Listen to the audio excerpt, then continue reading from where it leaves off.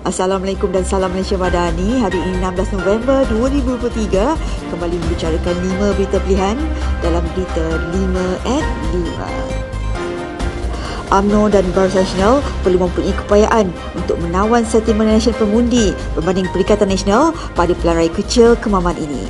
Ketua Penyelidik Reses Malaysia, Anis Anwar Suhaimi berkata, UMNO dan Barisan Nasional perlu mengukakan tawaran dengan calon yang mempunyai personaliti segar, aktif di lapangan dan diterima baik oleh penduduk setempat.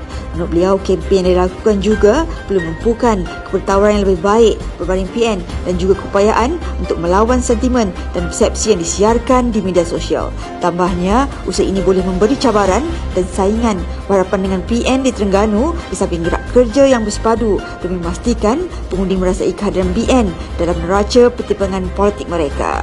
Pada Isnin lalu, BN telah menamakan Jeneral Bersara Tan Sri Raja Muhammad Effendi Raja Muhammad Noor sebagai calon PRK Parlimen Kemaman kali ini.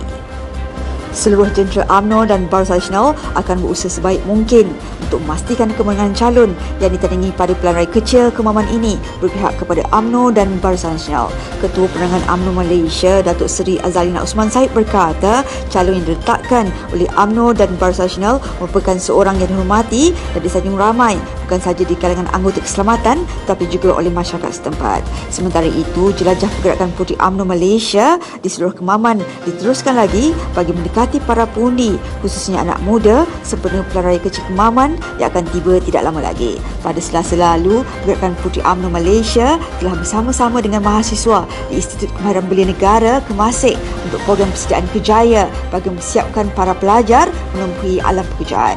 Selepas itu, jelajah diteruskan lagi di mana satu perjumpaan diadakan bersama Ketua Puteri UMNO Bahagian bersama Kepimpinan Puteri Pusat dan Negeri bagi membincangkan susun atur dan gerak kerja berkaitan PRK Kemaman ini. Kolokium Kongres Ekonomi Bumi Putra menjadi bukti bahawa UMNO kekal memperjuangkan agenda Melayu, kata Ahli Majlis Kerja Tinggi UMNO, Datuk Muhammad Fuad Jakashi. Beliau turut memberikan pandangan agar Kongres tersebut memberikan fokus kepada memperkasakan ekonomi Bumi Putra dengan mewujudkan institusi baharu. Tambahnya, Kongres tersebut perlu fokus kepada dua isu utama, iaitu mewujudkan institusi baharu untuk memperkasakan ekonomi Bumi Putra serta mencadangkan perubahan wakaf ekonomi Bumi Putra kebangsaan dan diuruskan secara profesional. Pada Isnin lalu telah diadakan persidangan meja bulat sempena Kolokium Kongres Ekonomi Bumi Putra di Dewan Tun Hussein On, Pusat Derangan Dunia Kuala Lumpur dan dihadiri oleh para pemimpin UMNO. Dijangka Kolokium Pra-Kongres itu akan diadakan pada Disember ini dan ianya bakal menghimpunkan para pemimpin UMNO daripada 191 bahagian seluruh negara bagi mendapatkan pandangan untuk memperkasakan ekonomi Bumi Putra. Pemain industri, golongan profesional, pengaruh dan usahawan muda Melayu mempunyai banyak pandangan dan pengalaman yang mampu mencetuskan idea-idea baharu yang boleh merancangkan pertumbuhan ekonomi negara. Pengurusi bersama Biro Ekonomi dan Usahawan Muda Pergerakan Pemuda UMNO Malaysia, Datuk Hasri Syam Chasman, menghargai pelibatan mereka yang telah bersama-sama mencabarkan idea dalam sesi meja bulat Pre-Kongres Ekonomi Bumi Putra yang diadakan baru-baru ini. Beliau yang juga Ketua Pergerakan Pemuda UMNO Bahagian Ampang berkata, pelaksanaan Pre-Kongres tersebut mampu menjadi penolong utama kepada pertumbuhan ekonomi negara dan menyumbang strategi secara holistik bagi memajukan ekonomi bangsa. Ujarnya, sesi meja bulat yang diadakan turut membincangkan pelbagai inisiatif keusahanan untuk membantu golongan muda Melayu meneroka potensi perniagaan. Bagi memastikan inisiatif tersebut berjalan lancar, beliau turut mencadangkan agar kerajaan memberikan mekanisme baru bagi memudah cara usahawan Bumi Putra untuk mendapatkan pinjaman atau geran daripada agensi kerajaan. Kerajaan Negeri dan Angkatan Pertahanan Awam Johor telah melakukan persediaan dan persiapan rapi bagi bersiap siaga untuk berhadapan dengan situasi banjir pada kali ini.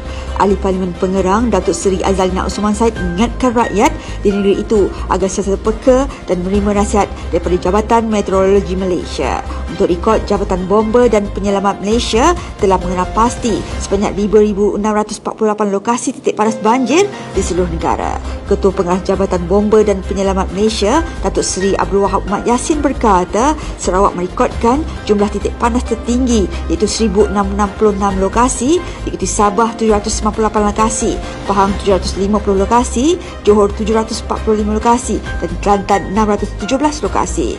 Media melaporkan jumlah mangsa banjir yang ditempatkan di pusat pemudaan sementara di Perak dan Kedah mencatatkan sedikit peningkatan manakala situasi di Perlis pulih sepenuhnya. Sekian sahaja daripada saya, Adib Ahmad. Jangan lupa temu janji kita Isnin hingga Jumaat jam 5 petang. 5 berita pilihan hanya di Berita 5 at 5. Assalamualaikum dan salam Malaysia Madani.